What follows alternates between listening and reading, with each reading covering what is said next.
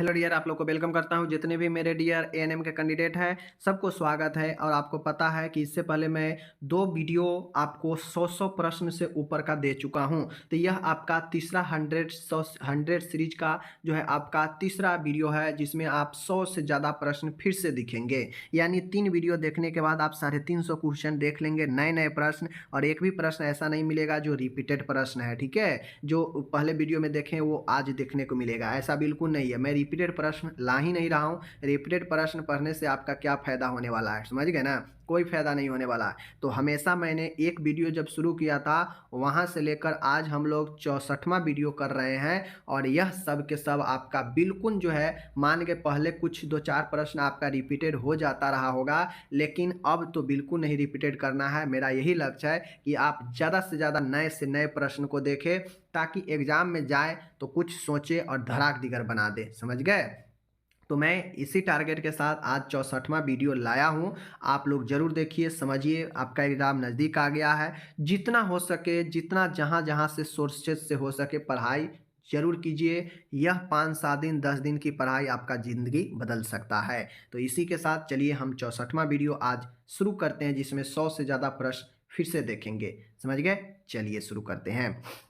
पहला प्रश्न है, रेबीज का इंक्यूबेशन पीरियड कितना होता है। उद्भवन अवधि मतलब कौन सा रोग जो है कितने दिन में अपना लक्षण दिखा देता है, उसे उद्भवन अवधि कहते हैं। और उद्भवन अवधि एक संक्रामक रोग के लिए होता है, समझ गए। तो रेबीज का इंक्यूबेशन पीरियड जो कुत्ता के काटने से या जानवरों के काटने से होता है, यह कितने दिन के बाद लक्षण दिखते हैं। तो माय डियर, रेबीज का लक्षण लगभग 1 से 3 मंथ्स में दिखते हैं, ठीक है। 1 से 3 मंथ में। दो है यहाँ पे, निम्न में से एड्स का इंक्यूबेशन पीरियड कितना होता है। तो माय डियर, एड्स का इंक्यूबेशन पीरियड जो है, कोई चूंकि एड्स भी एक संक्रामक रोग है, लेकिन यहाँ पे फिक्स नहीं है कि एड्स का लक्षण 10 दिनों में, 20 दिनों में, 2 महीने में, 4 महीने में दिख जाएंगे। यह कई महीनों से लेकर कई वर्षों तक लग जाते हैं इसके लक्षण दिखने में, ठीक है ना। आगे है यहाँ पे 3 है, इन्फ्लुएंजा के मामले में मेन संक्रामक इन्फेक्टिव मटेरियल कौन सी होता है। मतलब इन्फ्लुएंजा के लिए सबसे जो मेन संक्रामक पदार्थ होता है वह कौन सा होता है। श्वसन मार्ग से सिक्रेशन, मल, रक्त, स्किन। तो आपको पता है इन्फ्लुएंजा जो है श्वसन मार्ग से जो सिक्रेशन होता है उससे ज़्यादा फैलता है, समझ गए। जैसे छींकना, समझ गए, थूकना, स्पुटम, इन सब से ज़्यादा होता है। निम्न में से इन्फ्लुएंजा का जटिलता क्या है। तो इन्फ्लुएंजा आप लोग जानते हैं कि इन्फ्लुएंजा में व्यक्ति को जो है क्या होता है, जटिलता क्या होगा। तो निमोनिया भी हो सकता है, ब्रोंकाइटिस भी हो सकता है, ओटाइटिस मीडिया भी हो सकता है। चूँकि इन्फ्लुएंजा एक प्रकार का आपका श्वसन से संबंधित रोग होता है, तो निमोनिया भी फेफड़ा को प्रभावित करता है, ब्रोंकाइटिस भी ब्रोंकिया को प्रभावित करता है, ओटाइटिस मीडिया जो कि एक कान का प्रॉब्लम है, तो संक्रमण यह कान में भी फैला सकता है। तो इसलिए ऑल ऑफ द एबोव इसका जटिलता होगा। 5वां प्रश्न है, इन्फ्लुएंजा का इंक्यूबेशन पीरियड 1 से 2 दिन में यह लक्षण, यह संक्रामण दिख जाता है, समझ गए। दूसरा, छठा प्रश्न, निम्न में से किस डिजीज में एक अथवा दोनों पैरोटिड ग्लैंड में पेन एवं स्वेलिंग हो जाते हैं। तो आपको पता है मम्प्स जो होता है, इस मम्प्स में पैरोटिड ग्लैंड में ही सूजन हो जाता है, जिसे मम्प्स कहते हैं, समझ रहे हैं। आगे चलिए। 7वां प्रश्न है, माय डियर, निम्न में से किस रोग में सेकेंडरी ऑपर्टुनिस्टिक इन्फेक्शन होने के रिस्क जो है बढ़ जाती है।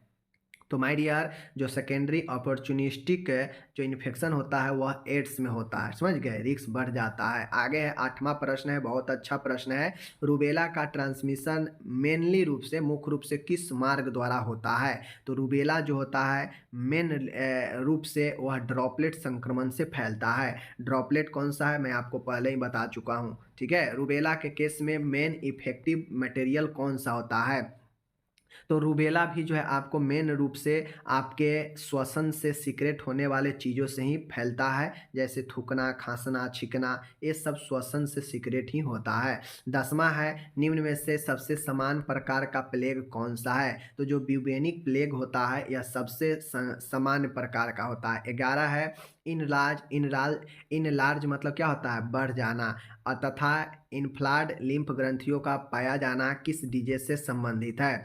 तो जो प्लेग होता है, प्लेग में आपका जो लिम्फ ग्लैंड्स होता है उसमें इनलार्ज होता है और वह इन्फ्लामेटेड हो जाता है प्लेग में, ठीक है। 12 नंबर का है, पेंटावायलेंट वैक्सीन निम्न में से किस डिजीज से प्रोटेक्शन प्रोवाइड करती है। तो माय डियर, जो पेंटावैलेंट जो वैक्सीन है, इन चारों में से जो पर्टूसिस है, जो वुपिंग कफ है, काली खांसी, उसमें जो है आपको यह आपका प्रोटेक्शन देता है। ठीक है। 13 नंबर का प्रश्न है, निम्न में से वुपिंग कफ का कारण क्या है? तो वुपिंग कफ का जो कारण होता है वह आपका बर्डोटेला पर्टूसिस होता है, ऑप्शन डी होता है। सल्मोनेला टाइफी के कारण टाइफाइड होता है। ठीक है। माइकोबैक्टीरियम लेप्राई के कारण लेप्रोसी होता है, समझ गए। और यार्सिना पेस्टिज के कारण क्या होता है, कमेंट करके बताइए। आगे चलिए। 14 प्रश्न है, निम्न में से मोस्ट इन्फेक्टियस प्लेग कौन सा है? मतलब सबसे जो है खतरनाक संक्रामक प्लेग कौन सा है? तो जो न्यूमोनिक प्लेग होता है, जो न्यूमोनिक जो प्लेग होता है वह सबसे ज़्यादा संक्रामक होता है। सबसे समान कौन सा होता है? ब्यूबेनिक। प्लेग का इंक्यूबेशन पीरियड कितना होता है? 2 से 7 दिन होता है। अगर आपसे आपके ऑप्शन में 3 से 6 दे देगा तो क्या हो जाएगा? 3 से 6 दिन नहीं होगा, बिल्कुल होगा। हम टारगेट देखते हैं कि हमने कितना पढ़ा है और उस पढ़े हुए के आसपास है या नहीं है। तो जो पकड़ा जाएगा उसके आसपास उसको मार देंगे। अगर ऑप्शन में 2 से 7 है तो यही मारेंगे। अगर 3 से 6 दे देगा तो क्या हम नहीं मारेंगे? बिल्कुल मारेंगे, समझ गए ना। क्या अगर 3 से 7 दे देगा तो हम चलाएंगे, कहेंगे कि नहीं पढ़े हैं? तो ये सारा चीज़ ऐसे कंपटीशन में नहीं होता है एग्जैक्ट, समझ गए। 16 है, निम्न में से किस डिजीज को हांसेन डिजीज के नाम से भी जानते हैं? तो जो लेप्रोसी रोग होता है उसे हांसेन डिजीज के नाम से भी जानते हैं। 17 है, ये लेप्रोसी का उद्भवन अवधि कितना होता है? 3 से 5 साल होता है लेप्रोसी का लक्षण दिखने में। ठीक है। 18 है, NSCP क्या होता है? National AIDS control programme. यह एड्स कंट्रोल से संबंधित है, NSCP। ठीक है ना। 19 नंबर का प्रश्न है, HIV का पूरा नाम क्या है? तो HIV का पूरा नाम होता है ह्यूमन इम्यूनो डिफिशियंसी वायरस। ठीक है। 20 नंबर का है, निम्न में से फीटल स्कल मतलब समझते हैं, भ्रूण का खोपड़ी में पाए जाने वाला पीछे का जो फॉन्टले होता है उसके बारे में सत्य क्या है? तो सत्य यही है कि इसे लैम्बेडा के नाम से भी जानते हैं। जो पोस्टेरियर फॉन्टले होता है उसको लैम्बेडा के नाम से भी जानते हैं। भ्रूण का जो पिछले जो कपाल है, खोपड़ी है, उसके जो पिछले फॉन्टली है, पश्च फॉन्टली है, पोस्टेरियर जो फॉन्टली है, उसे लैम्बडा के नाम से भी जानते हैं, ध्यान रखिएगा। फीटस के सबसे समान प्रकार के गर्भ प्रस्तुति क्या है? मतलब जो भ्रूण होता है उसका गर्भ में सबसे नॉर्मल सामान्य जो प्रस्तुति होता है, प्रेजेंटेशन होता है, वह कौन सा होता है? तो आपको पता है सिफेलिक जो गर्भ प्रस्तुति होता है, सिफेलिक प्रस्तुति वह सबसे सामान्य होता है। 22 है, निम्न में से फीटस के बारे में असंगत कौन सा है? तो लाइसिफेलिक, प्रेजेंटेशन, वर्टेक्स, पोजीशन एलोए, ठीक है, एटीट्यूड फ्लेक्स्ड। तो फीटस के बारे में असंगत ये है कि यह लाइसिफेलिक, ठीक है ना, लाइसिफेलिक इसमें सबसे अलग है। ओके। 23 नंबर है, कहता है कि निम्न में से फीटस की ऑसिपिटो पोस्टेरियर पोजीशन के बारे में क्या सही है? तो फीटस के जो ऑसिपिटो पोस्टेरियर पोजीशन होता है, ऑसिपिटो को जो पीछे वाला स्थिति होता है उसके बारे में क्या सही है? तो इसके बारे में यही सही है कि इस स्थिति में फीटस का जो ऑसिपिट पेल्विस के जो पीछे में अर्थात सेक्रम प्रोमोन्टरी के सामने स्थित होता है। ठीक है ना। यहाँ पे कह ये रहा है कि जो ऑसिपिटो पोस्टेरियर जो पोजीशन होता है उसके बारे में क्या सही है? तो उसके बारे में सही यही है, ऑसिपिटो पोस्टेरियर पोजीशन के बारे में सही यही है कि जो फीटस का जो भ्रूण का ऑसिपिटो पेल्विस होता है, वह जो ऑसिपिट होता है वह पेल्विस के पीछे में अर्थात सेक्रम प्रोमेंट्री के सामने स्थित होता है। ठीक है ना। आगे है, कहता है कि ऑसिपिटो एंटेरियर स्थिति के बारे में सत्य कथन क्या है? अभी ऊपर में देखे हैं ऑसिपिटो पोस्टेरियर, अब देख रहे हैं ऑसिपिटो एंटेरियर। तो जो ऑसिपिटो एंटेरियर है यह ऑसिपिट पेल्विस के आगे की ओर अर्थात सिम्फेसिस प्यूबिस के सामने होता है। ठीक है, इसको ध्यान में रखना है। दोनों में कॉमन डिफरेंस है। आगे है, प्रधानमंत्री सुरक्षित मातृत्व अभियान के अंतर्गत किस प्रकार के सर्विस का इम्प्लीमेंटेशन होता है, क्रियान्वयन होता है? तो जो PMSMA है, प्रधानमंत्री सुरक्षित मातृत्व अभियान, इसके अंतर्गत जो है एंटीनेंटल केयर का जो है मतलब प्रसव से पूर्व का जो है देख रेख, गर्भ अवस्था का देख रेख किया जाता है। एंटेरियर फॉन्टली के निर्माण में सहायक सूचर नहीं है। तो जो आगे का जो सूचर कपाल है, खोपड़ी है, उसमें आगे का जो फॉन्टले होता है इसके निर्माण में कौन सा सूचर नहीं होता है? तो लेम्बॉयड सूचर नहीं होता है, इसमें फ्रंटल सूचर होता है। ठीक है, याद रखने को। 27 है, प्रीमेग्विटा से आप क्या समझते हैं? तो ऐसी महिला जो पहली बार प्रेग्नेंट हुई हो उसे प्रीमेग्विटा कहते हैं, याद रखिएगा, समझ गए।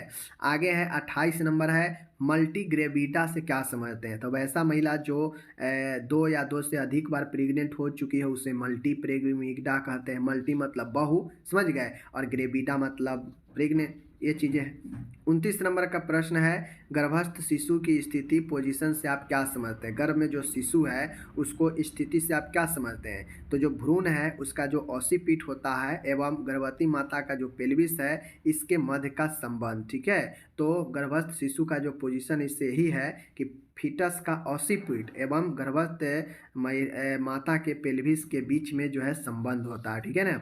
30 नंबर का प्रश्न है, नीचे लिखे वाक्यों में से गर्भस्थ शिशु के वृक्ष प्रस्तुति के बारे में सही वाक्य क्या है?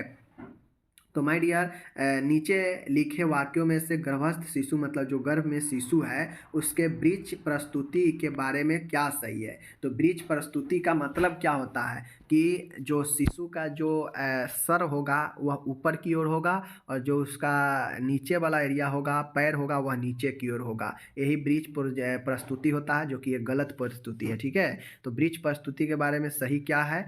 तो इसमें फीटस का टांग या नितंब वाला भाग यूट्रस के निचले सिरे में पाया जाता है, ठीक है ना, और सर ऊपर होता है जबकि सर नीचे होना चाहिए, समझ गए ना। 31 है माय डियर, यहाँ पे आप देख लीजिए।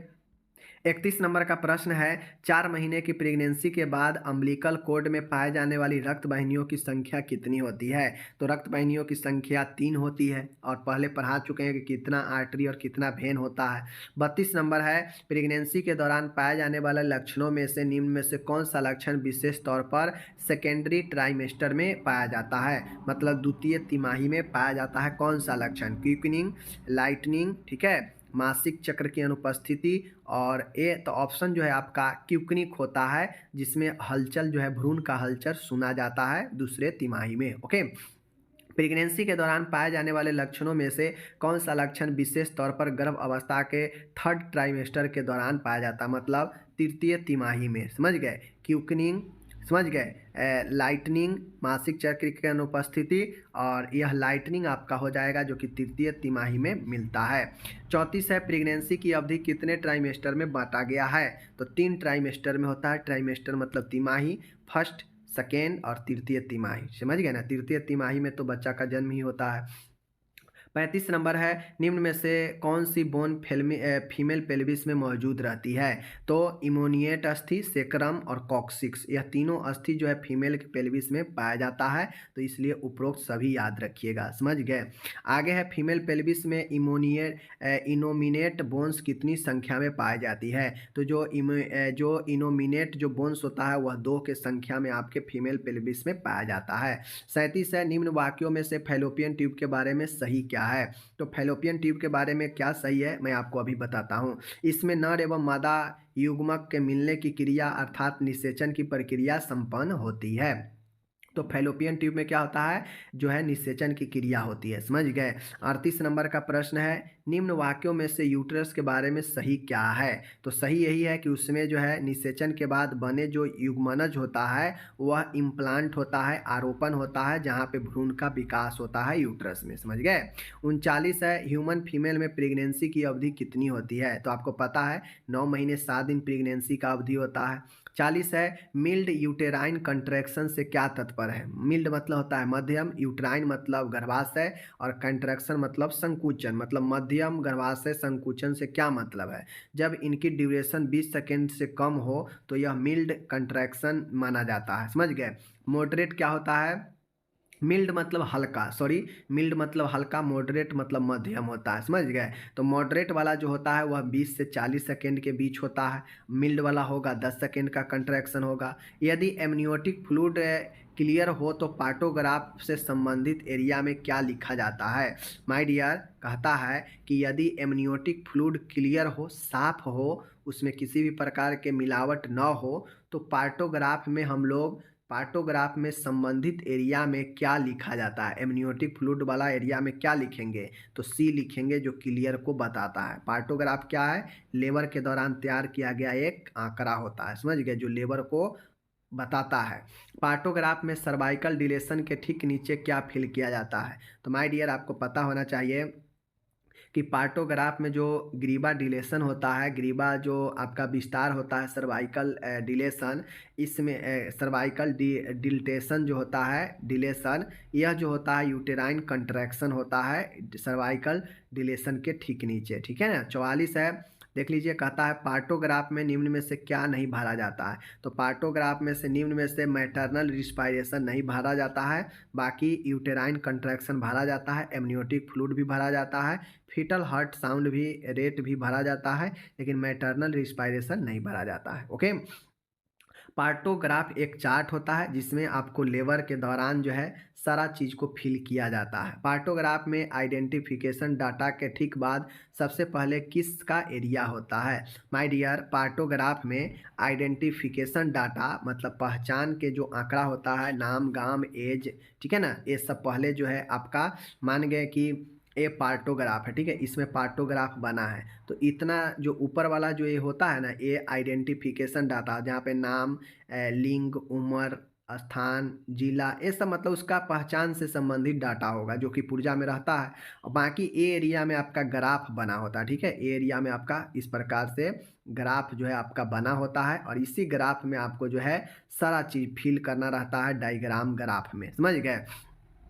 तो कहता है आइडेंटिफिकेशन डाटा, मतलब ये आइडेंटिफिकेशन वाले डाटा के ठीक बाद सबसे पहले क्या रहता है, मतलब यहाँ पे क्या रहेगा? तो फीटल हार्ट साउंड रहता है, सबसे पहले फीटल हार्ट साउंड ही रहता है। समझ गए ना।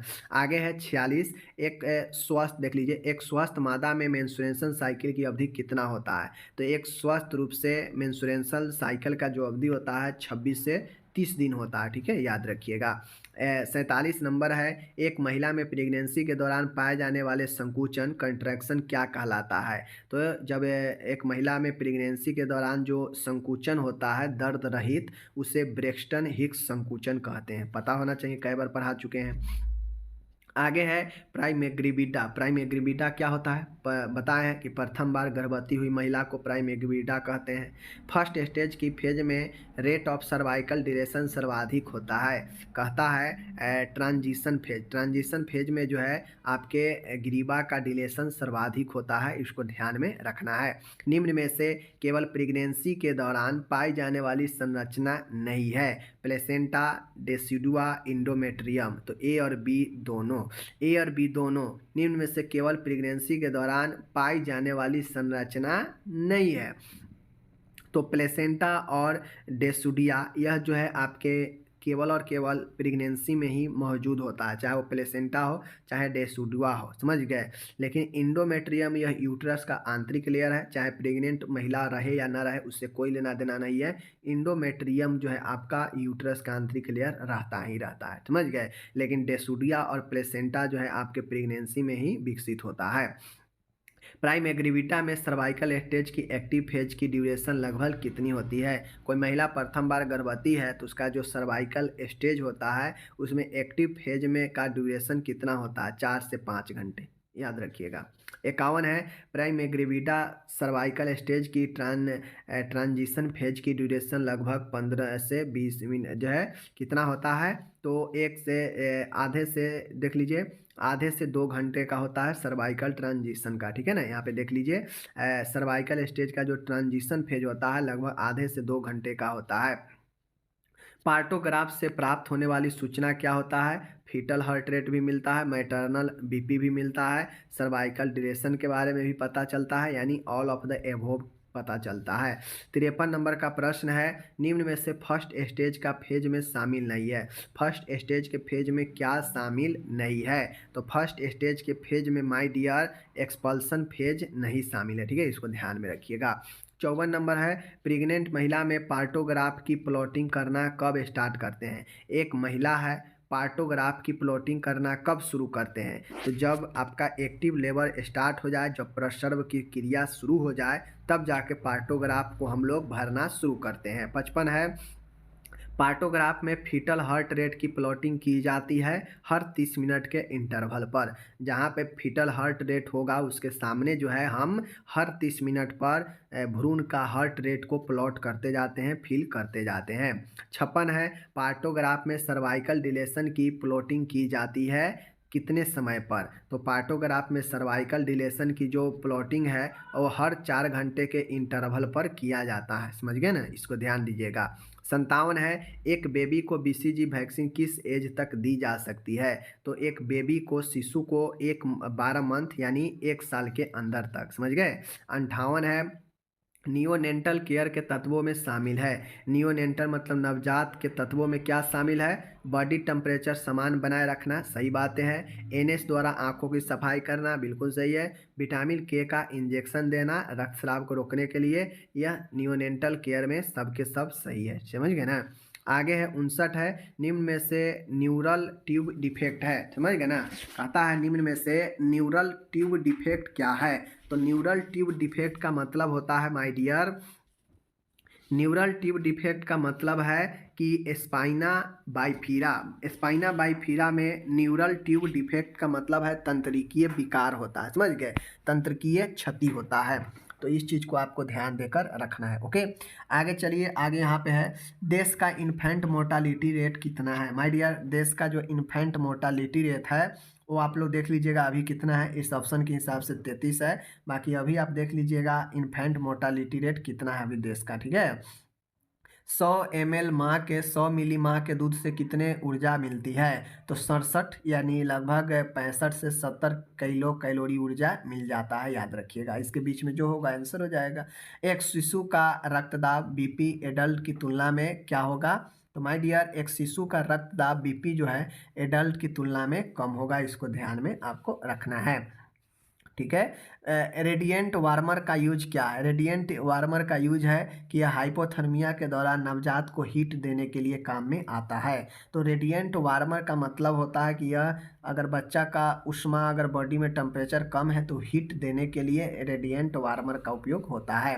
कहता है कोर्ड लिगेचर का उपयोग क्या है। कोर्ड लिगेचर का उपयोग होता है कटिंग के बाद नाभि नाल को बांधने के लिए। तो कोर्ड मतलब नाल और लिगेचर मतलब बांधना, मतलब कटिंग जब करते हैं नाल को तो उसके बाद बांधने के लिए कोर्ड लिगेचर का इस्तेमाल किया जाता है। ओके, 65 है, निम्न में से कौन सी वैक्सीन परमानेंट स्केयर उत्पन्न करती है। तो BCG। परमानेंट स्केयर का मतलब है जो परमानेंट चिन्ह उत्पन्न कर देता है वह BCG होता है। समझ गए, जिसके देने के बाद अस्थायी रूप से यह क्या होता है कि अपना अस्थायी रूप से जो है यह अपना लक्ष्य चिन्ह छोड़ देता है।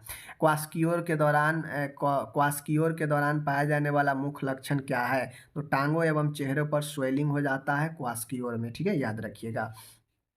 प्रोटीन एनर्जी माल न्यूट्रिशन का प्रथम संकेतक क्या है। बॉडी वेट समान से कम हो जाता है। जैसे ही आपको प्रोटीन और एनर्जी का माल न्यूट्रिशन होता है, कुपोषण होता है, तो बॉडी वेट समान से कम हो जाएगा। समझ गए। 68 है, स्लाइडिंग हर्निया, स्लाइडिंग हाइटल हर्निया का सबसे कॉमन लक्षण क्या है। तो स्लाइडिंग हाइटल हर्निया का सबसे कॉमन लक्षण है गैस्ट्रो इसोफेगल रिफ्लेक्स डिजीज, जिसे हम लोग क्या कहते हैं, GERD कहते हैं। समझ गए, खाए हुए भोजन वापस से आपको मुंह में आता है, उसे ही GERD कहते हैं।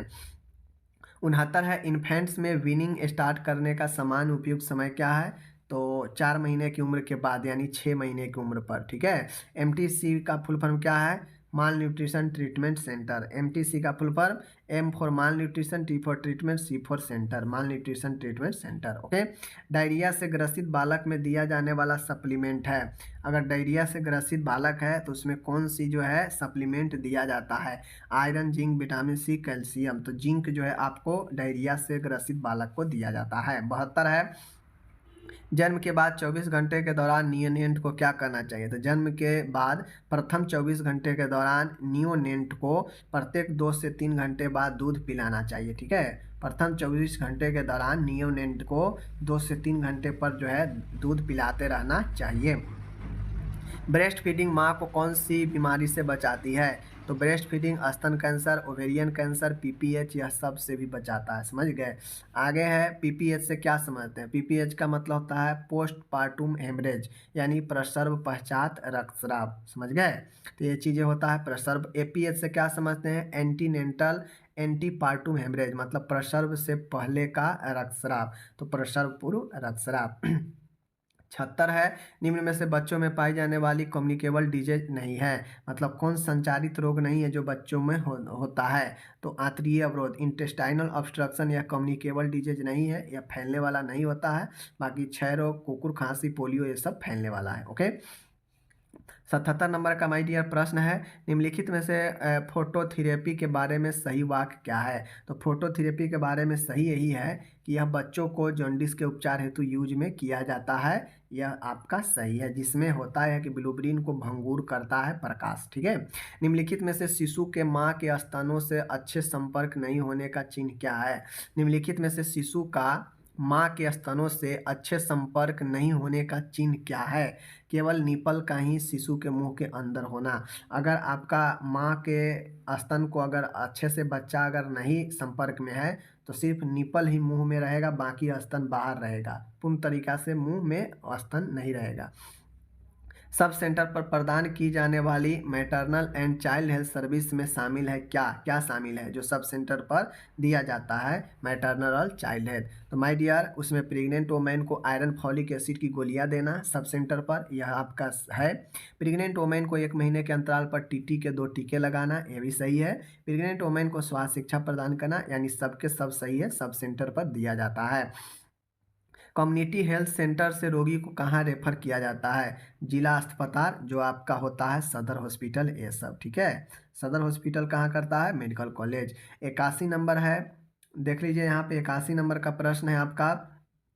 कहता है राज्य स्वास्थ्य सचिवालय स्टेट हेल्थ सेक्रेटरीट का मुखिया कौन होता है। तो माय डियर, इसका मुखिया होता है भारतीय प्रशासनिक सेवा अधिकारी, जो आपका आईएएस जो है बनता है वही होता है आपका, आपके राज्य के जो है स्वास्थ्य सेवा का सेक्रेटरी। ठीक है, सचिव। आगे है, कहता है राज्य स्वास्थ्य निदेशालय स्टेट हेल्थ डायरेक्टरेट का मुखिया कौन होता है। राज्य प्रशासनिक सेवा अधिकारी। ठीक है, जो आपके राज्य का स्वास्थ्य निदेशालय होता है। जैसे बिहार का जो है आपका कौन है, बिहार राज्य हेल्थ सोसाइटी जो होता है ना, तो उसका भी कोई सचिव जो है आपका आईएएस ही होगा। ठीक है ना, वो भी प्रशासनिक सेवा का ही होता है। सीएमएचओ की फुल फॉर्म होती है, सीएमएचओ की फुल फॉर्म क्या होती है। तो माय डियर, सीएमएचओ की फुल फॉर्म होती है, आपको बताना है कमेंट करके कि क्या होता है। ठीक है ना, CMHO chief medical and health officer. ठीक है, यही आपका राइट आंसर होगा, chief medical and health officer. ठीक है, सीएमएचओ। सीएमएचओ का पूरा नाम क्या है, मुख्य चिकित्सा एवं स्वास्थ्य अधिकारी, यही आपका राइट आंसर है, ऑप्शन ए। डीआरसीएचओ, डीआरसीएचओ का पूरा नाम क्या है माय डियर, डीआरसीएचओ का पूरा नाम क्या है, जिला प्रजनन एवं शिशु स्वास्थ्य अधिकारी, इसको ध्यान में रखना है। ठीक है। पीएमओ का पूरा नाम क्या है, पीएमओ का पूरा नाम होता है प्रमुख चिकित्सा अधिकारी। ठीक है ना, पीएमओ, पीएमओ प्रमुख चिकित्सा अधिकारी। ठीक है। 87 है, डिस्ट्रिक्ट लेवल पर हेल्थ सर्विस का मुखिया कौन होता है, जिला लेवल पर सीएमएचओ अभिप्राय है, chief medical and health officer अभिप्राय है, या डिस्ट्रिक्ट लेवल पर आपका मेन होता है। 88 की बात किया जाए, निम्न में से किस हेल्थ सर्विस का मुख्यालय जिनीवा में है। डब्ल्यूएचओ का मुख्यालय जिनीवा में है, पता है आपको।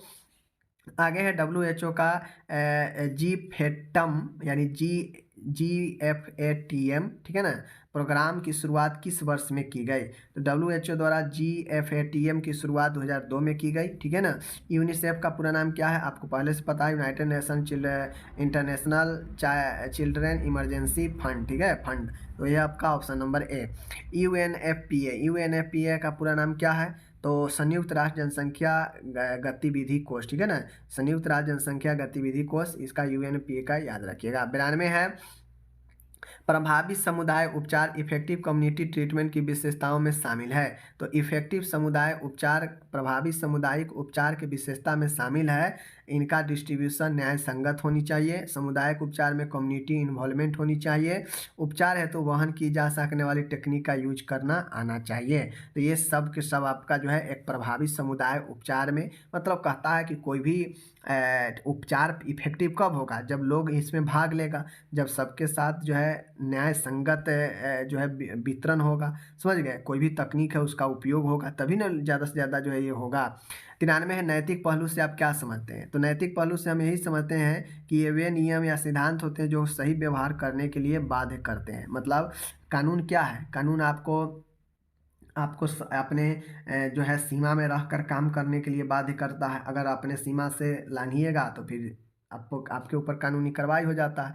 तो नैतिक पहलू भी वही कहता है कि यह नियम व सिद्धांत होता है जो कि सही व्यवहार करने के लिए बाध्य करता है। ठीक है ना। 94 नंबर का प्रश्न है होम विजिट के सिद्धांत में क्या शामिल है? तो होम विजिट के सिद्धांत में शामिल है कि होम विजिट के जो है उद्देश्य स्पष्ट होनी चाहिए, बात सही है। होम विजिट क्रियान्वयन में जाति धर्म लिंग सामाजिक आर्थिक ये सब चीज़ों पर भेदभाव नहीं करनी चाहिए, सही बात है। होम विजिट फैमिली मेंबर्स के लिए सुविधाजनक तथा स्वीकार होनी चाहिए, यानी सब के सब होम विजिट के लिए सही है। आगे है, अब यहाँ पे देख लीजिए आपका आज का प्रश्न इतना ही रहा। ठीक है ना। आज जो है हम लोगों ने 94 प्रश्न ही आज देखा। ठीक है ना, बाकी कोई नहीं।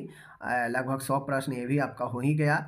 और आप लोग उम्मीद करते हैं कि आप लोग अच्छे से ये भी 94 प्रश्न को क्लियर कर लिए होंगे।